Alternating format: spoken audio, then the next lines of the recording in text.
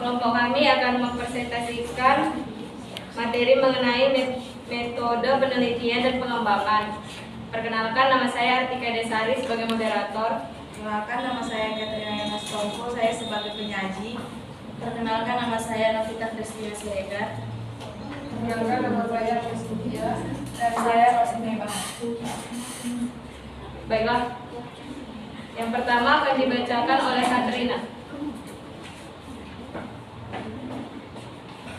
Baiklah, yang pertama akan kami bahas yaitu apa metode penelitian dan pengembangan. Penelitian dan pengembangan pendidikan R&D merupakan proses yang digunakan untuk mengembangkan dan memvalidasi produk-produk pendidikan seperti buku ajar, strategi atau metode, model atau program pembelajaran atau pelatihan dan sebagainya. Macam-macam penelitian pengembangan. Macam-macam penelitian pengembangan menurut Akar pada tahun 1999 ada dua macam, yaitu penelitian formatif dan studi rekonstruksi. Yang pertama, penelitian formatif.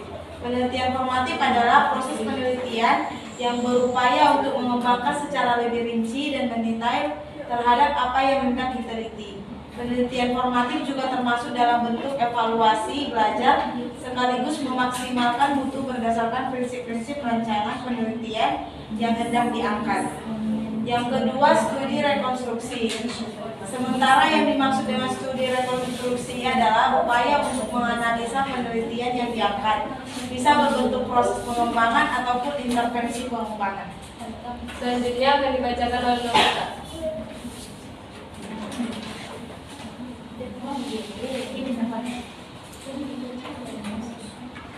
Selanjutnya, tujuan penelitian pengembangan. Yang pertama, merumuskan teori dan konsep. Tujuan penelitian pengembangan yang pertama dapat digunakan untuk merumuskan teori dan merumuskan konsep penelitian, baik itu penelitian di bidang pendidikan ataupun di luar bidang pendidikan. Yang kedua, evaluasi teori dan konsep. Selain digunakan untuk merumuskan masalah teori dan konsep, ternyata penelitian pengembangan juga sering digunakan untuk memperbaiki teori atau konsep penelitian. Tentu saja, perbaikan teori dapat dilakukan dengan cara penelitian. Yang ketiga, verifikasi. Di samping itu juga, penelitian pengembangan juga dapat digunakan untuk memverifikasi atau menguji berbagai macam teori maupun konsep. Maka, tidak heran jika banyak peneliti yang sengaja melakukan penelitian pengembangan ini. Yang keempat, merumuskan sejarah. Disebut-sebut juga penelitian pengembangan juga dapat digunakan untuk merumuskan sejarah. Tentu saja tidak sembarangan orang yang bisa merumuskan sejarah, karena sejarah bukan sesuatu yang dapat diubah-ubah. Dan yang terakhir, sebagai penguji teori dan perangkat.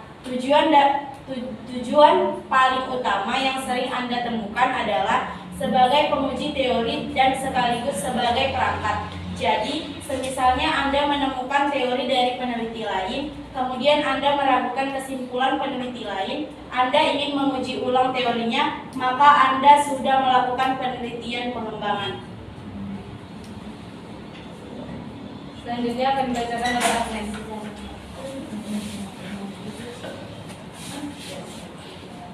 Ciri-ciri penelitian pengembangan. 1. Studi research finish. Studies finish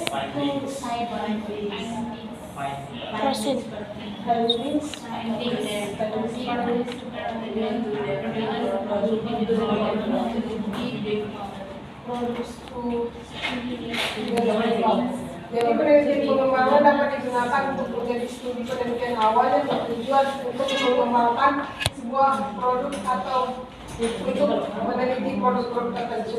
Yang kedua, developing the product based on the findings. Upaya mengaplikasikan hasil temuan penelitian untuk mengembangkan produknya.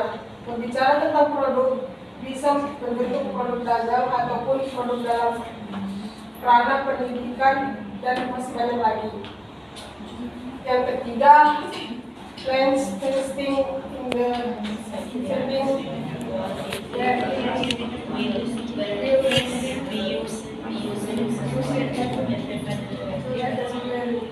studi penelitian dalam bentuk uji lapangan, di mana penelitian pengembangan ini mencoba untuk meneliti setting dan situasi yang terjadi di lapangan agar ketiga produk itu diluncurkan dapat langsung digunakan, serap atau diterima. Yang keempat, addressing in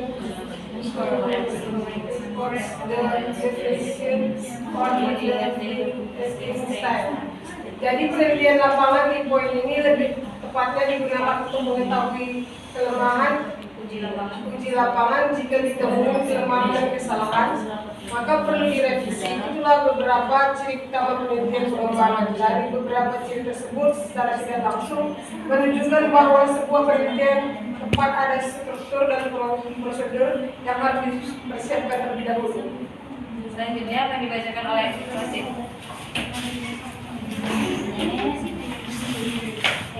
Selanjutnya mengenai langkah-langkah pelaksanaan strategi penelitian dan pengembangan. Menurut Bolt and Gold, terdapat 10 langkah dalam melakukan riset dan pengembangan produk. Yaitu yang pertama, penelitian dan pengumpulan informasi awal. Tahapan ini meliputi kajian pustaka, pengamatan atau observasi kelas, dan persiapan laporan awal. Penelitian awal sangat penting dilakukan untuk memperoleh informasi awal untuk dijadikan panduan tahapan-tahapan selanjutnya.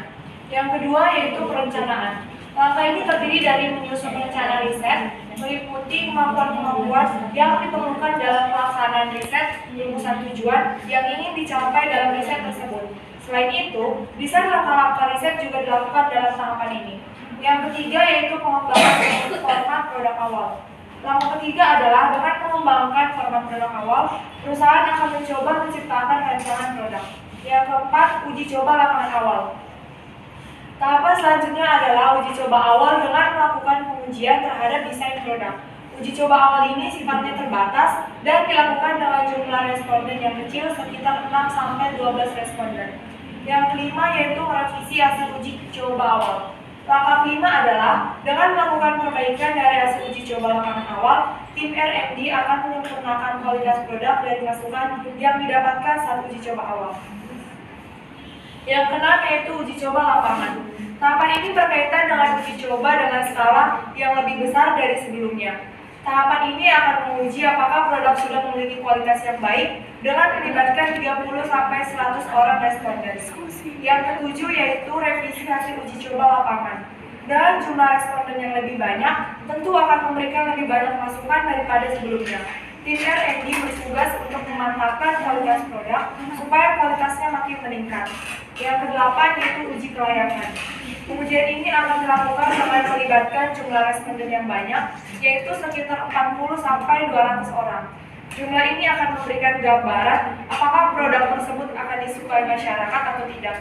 Yang kesembilan yaitu revisi produk akhir. Sebelum dipublikasikan, tim R&D akan melakukan revisi terakhir dari hasil uji kelayakan. Pada tahap ini, akan menciptakan produk yang sudah paling optimal. Yang ke-10 yaitu diseminasi dan implementasi produk. Mempublikasikan hasil produk yang sudah dikembangkan, tujuannya agar dapat diimplementasikan secara umum dengan lingkup yang luas.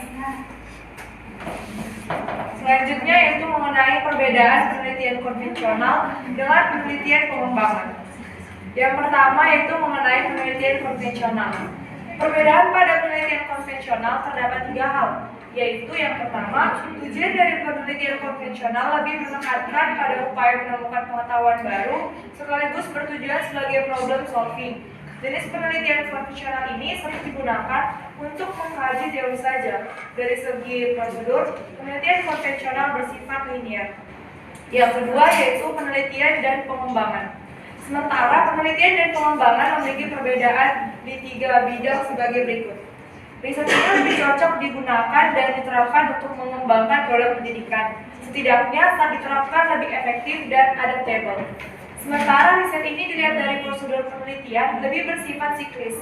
Terakhir, kebalikan dari penelitian konvensional, riset ini sangat cocok digunakan untuk kepentingan peningkatan mutu pendidikan dan bisa langsung dapat dioperasikan. Demikian hasil pemaparan materi dari kelompok kami. Jika ada teman yang ingin bertanya, kami persilakan.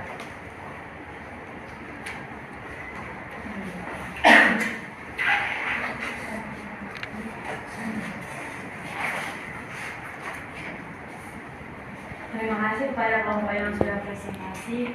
Di sini Kami dari kelompok 2 ingin bertanya, jelaskan apa kaitan merumuskan sejarah dalam tujuan penelitian pengembangan.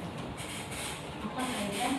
Jelaskan apa kaitan merumuskan sejarah dalam tujuan penelitian pengembangan. Ya, apa kaitan dalam tujuan penelitian pengembangan?